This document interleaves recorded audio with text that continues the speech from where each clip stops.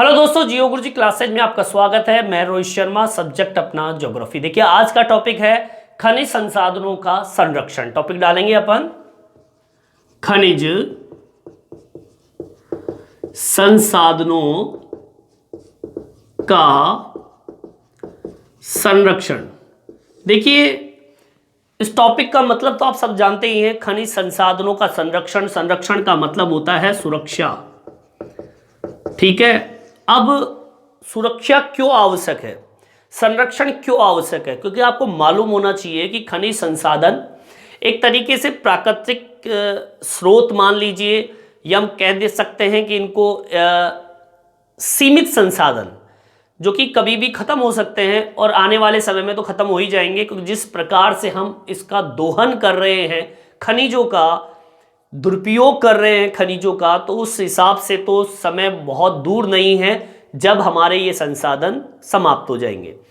अब देखिए हमें चाहिए कि सतत पोषणीय विकास। सतत पोषणीय का मतलब होता है कि लंबे समय तक भावी पीढ़ी के लिए भी हम संसाधनों को छोड़े, आज की पीढ़ी का तो निर्माण हो, विकास हो इन खनिजों के माध्यम से, लेकिन आने वाली पीढ़ी को हम क्या देंगे? तो उसके लिए सतत पोषणीय विकास जरूरी है। अब सतत पोषणीय विकास होता क्या है कि सतत पोषणीय विकास का मतलब यह होता है, सरल शब्दों में बताऊं, कि खनिजों का सही प्रकार से उपयोग करके भावी पीढ़ी के लिए संसाधनों का संरक्षण करना, उसे सुरक्षित करना, यही सतत पोषणीय है, जिससे भविष्य में आने वाली पीढ़ी का विकास हो सके। ठीक है, देखिए सतत पोषणीय विकास की चुनौती के लिए, आर्थिक विकास चाहने के लिए हमें पर्यावरणीय मुद्दों पर गहन चिंतन करना आवश्यक है, अगर हम चाहते हैं खनिजों का संरक्षण करना। तो ये हमारी पहली लाइन बनती है और बहुत ही इंपॉर्टेंट लाइन है। क्या? सतत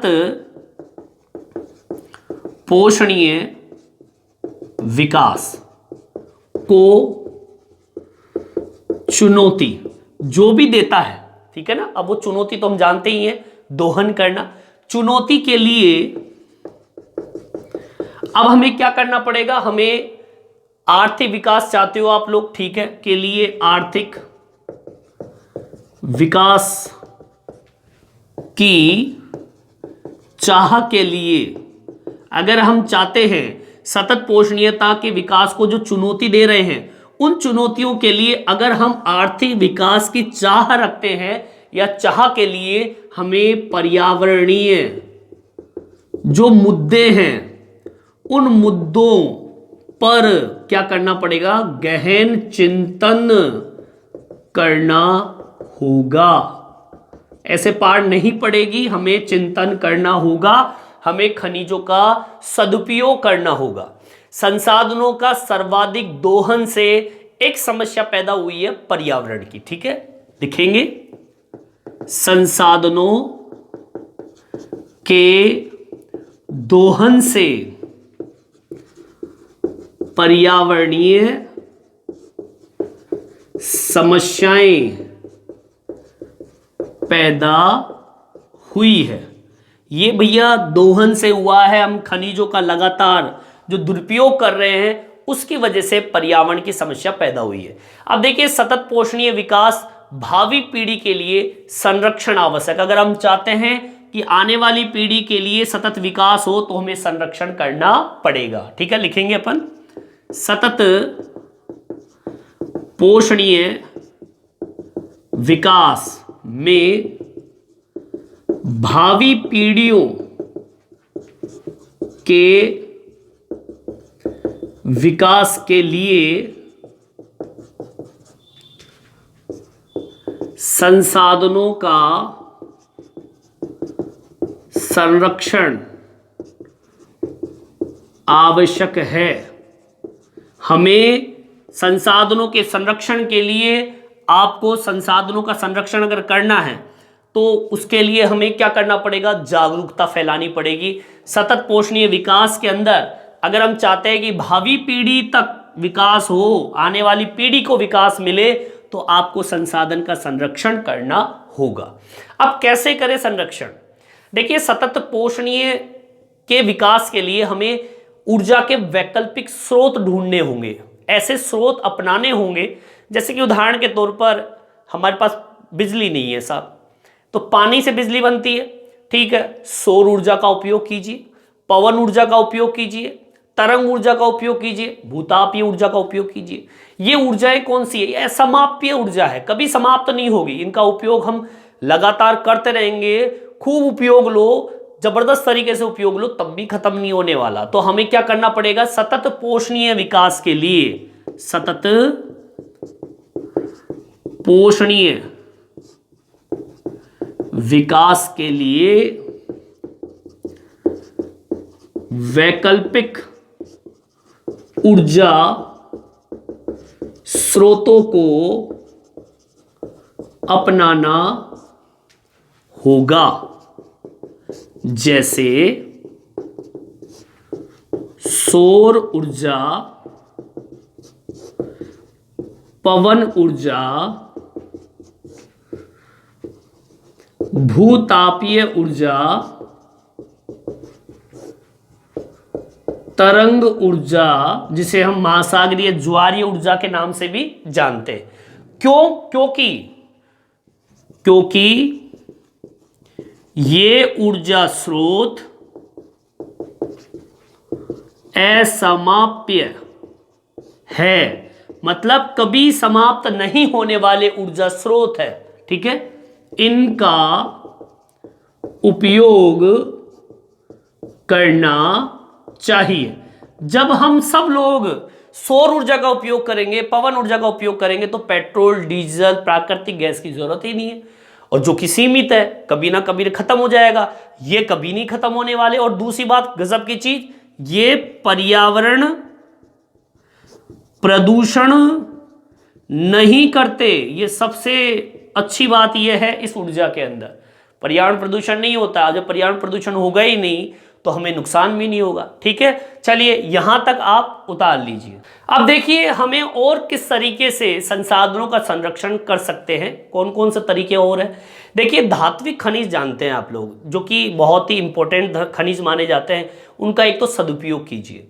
अब सदुपयोग कैसे करें भाई?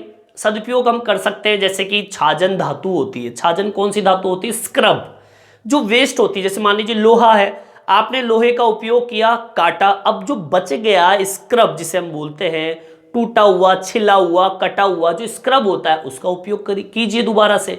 धातु का पुनः चक्रण पर ध्यान दीजिए, मतलब एक बार अगर कोई धातु उपयोग करते वक्त उसके जो अवशेष बच जाते हैं, उन अवशेषों को दोबारा से गलाकर, कैसे भी उसको दोबारा से ढालकर उसको उपयोग में लीजिए। डालेंगे, इसको अपन लिखेंगे धात्विक खनिजों का उपयोग सही प्रकार से कीजिए व छाजन, छाजन का मतलब होता है स्क्रब, या हम कह दीजिए कटे टूटे भाग जो होते हैं, ठीक है, स्क्रब, ठीक है। छाजन धातुओं का पुनः उपयोग व, एक तो ये, दूसरा धातुओं का पुनः चक्रण, धातुओं का पुनः चक्रण आवश्यक है, मतलब दोबारा धातुओं का उपयोग कीजिए, तभी बचेंगे हमारे खनिज।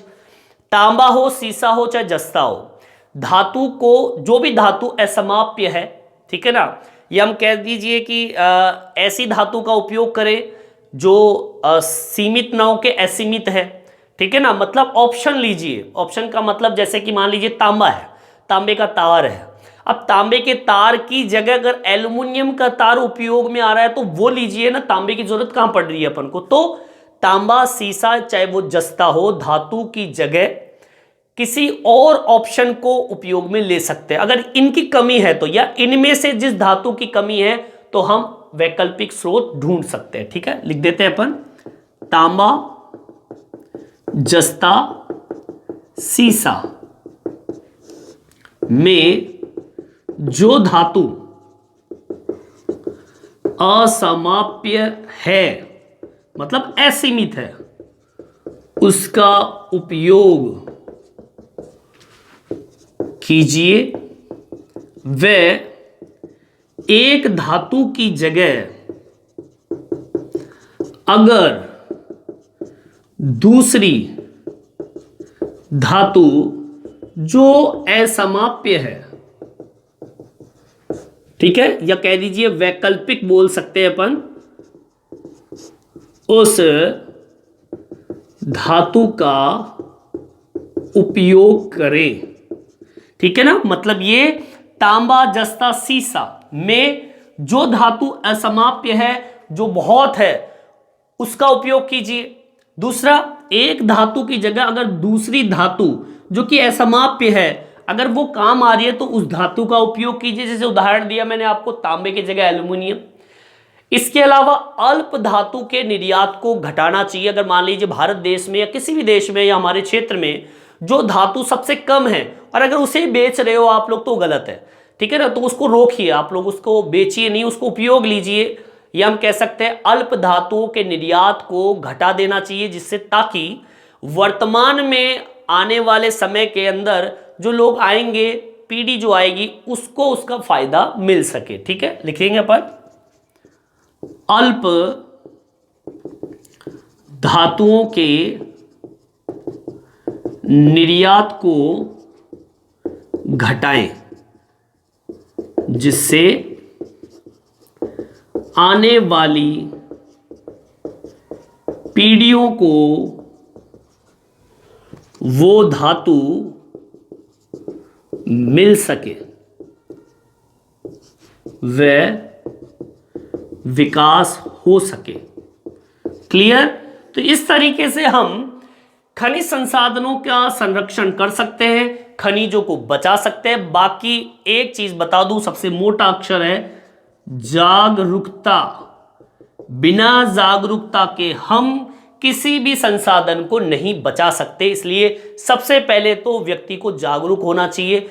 पढ़े लिखे लोग भी होते हैं लेकिन वो लोग भी नहीं समझते इन चीज़ों को। जब तक आपको उसकी कीमत का पता नहीं चलेगा, जब तक आपको ये नहीं पता चलेगा कि आने वाली पीढ़ी, अगर मान लीजिए पानी है, पानी का हम सदुपयोग करते हैं क्या? दुरुपयोग है, चारों तरफ दुरुपयोग होता है। अब दुरुपयोग करते करते अगर हमारे दिमाग में ये नहीं घुसेगा कि भैया पानी भविष्य के लिए बहुत ज़रूरी है, बूंद बूंद पानी जो है वो बिना पानी के जीवन ही नहीं है।